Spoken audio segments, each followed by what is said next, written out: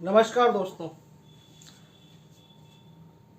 आज एक serious topic के ऊपर बात करने वाला हूँ और बहुत महत्वपूर्ण टॉपिक है, तो वीडियो को पूरा ज़रूर देखना।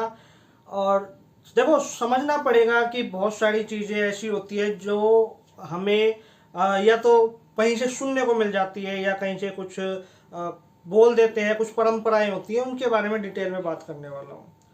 तो इस चैनल पे अगर पहली बार आए तो सब्सक्राइब करो, जरूर कर लेना। और आप मुझे नहीं जानते तो मेरा नाम गौरव है और मैं एनिमल से रिलेटेड और स्पिरिचुअलिटी से रिलेटेड भी बातें करता हूँ। स्पिरिचुअल वाला चैनल जो है वो इस चैनल के अंदर मिल जाएगा, जाके उसको भी सब्सक्राइब कर लेना। और एनिमल के लिए ये आपका चैनल है ही। तो बहुत देखो, मेरे ऐसे कुछ केस मेरे सामने आए हैं, आप लोगों को भी सुनने को मिला होगा कि झाड़ फूंक लगाने से सांप का काटा हुआ जो जहर का होता है वो खत्म हो जाता है ना। या कोई सांप ने किसी को काट लिया, बाइट कर लिया, तो तुरंत उस सांप को मार देना चाहिए ताकि उसका जहर खत्म हो जाए। या गाँव में ये तक कहा जाता है कि जो स्नेक्स होते हैं वो आंखों के अंदर एक आदमी की जो तस्वीर है उसको कैच कर लेते हैं। यदि मान लो कोई सांप जिंदा बच गया भगाते टाइम, मारते टाइम, तो दोबारा बदला लेने जरूर आएगा। तो ऐसी बहुत सारी बातें बताई जाती हैं, इसके बारे में हम जानते हैं डिटेल में कि क्या वाकई में ऐसा होता है।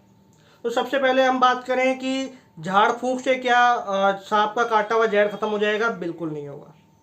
ये एक अंधविश्वास है। अच्छा, कुछ लोग बोलते हैं नहीं हमारे सामने तो हुआ। तो देखो, पूरे यूनिवर्स के अंदर बहुत बहुत सारे प्रजातियों के सांप पाए जाते हैं। ऐसा बिल्कुल नहीं है कि एक ही तरह का सांप होता होगा, है ना। हम हमारे इंडिया में, इंडिया भी छोड़ दो, जहां आप लोग रह रहे हो आसपास में देख लेना, पीले रंग का भी सांप मिल जाएगा, काले रंग का भी मिल जाएगा, दो मुहैया सांप भी मिल जाएगा। तो वो अलग अलग प्रजाति के स्नेक्स होते हैं, अलग अलग उनके नाम होते हैं। जैसे कोबरा हो गया, किंग कोबरा हो गया, धामन हो गया, रेसल वाइपर हो गया, बहुत सारे आते हैं। तो उनमें से कुछ सांप ऐसे होते हैं जिसे धामन बोला जाता है ना। जैसे एक धामन जो बोला जाता है कि धामन के अंदर जहर नहीं होता। तो धामन के अंदर क्या पाया जाता है? रेबिज।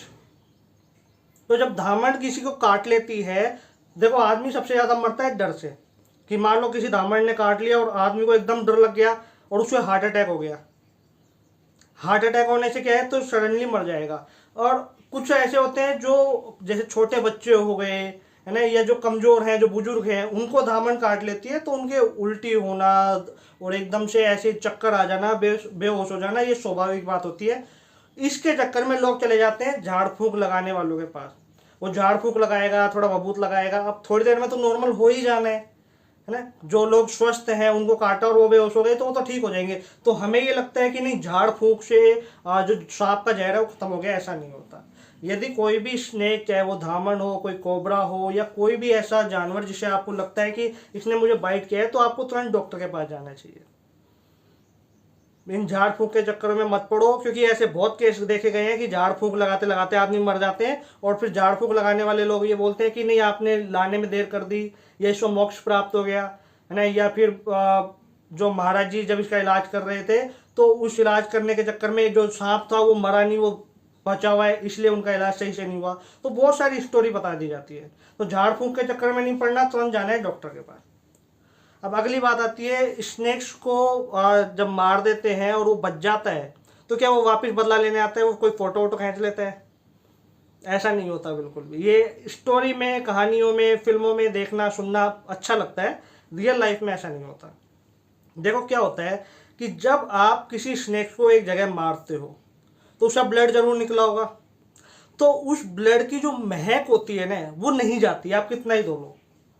तो जो लोग स्नेक रेस्क्यू करते हैं वो ये बताते हैं कि आप पेट्रोल से साफ कर लेना और बार बार करते रहना दूसरे तीसरे दिन, क्योंकि जो ब्लड की जो महक है उस महक के कारण और दूसरे सांप वहां पे आने लग जाते हैं। और यदि वो बच के चला गया होगा तो हो सकता है वो दोबारा वापस उस जगह पे आए। उस स्मेल को खींचते हुए वो सांप आता है, ना कि आदमी से बदला लेने या उसके, वो है ना, इच्छाधारी नाग बन के आ जाएगा। ऐसा बिल्कुल नहीं होता। तो पहली बात तो, कोई स्नेक अगर आपके घर में निकला हो, कोशिश ये करें कि जो स्नेक रेस्क्यू करते हैं ऑफिशियली उनको बुलाएं, फॉरेस्ट डिपार्टमेंट को बुलाएं और स्नेक को रेस्क्यू करवाएं।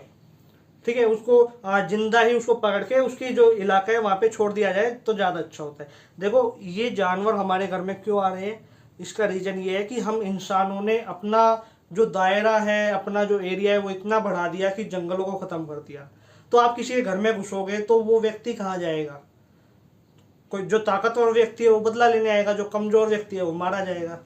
इसी तरीके से जब हम जंगल में चले जाते हैं तो जो कमज़ोर जानवर हैं वो मारे जाते हैं, लेकिन जो ताकतवर जानवर हैं वो अपना इलाका इतनी जल्दी से नहीं छोड़ते।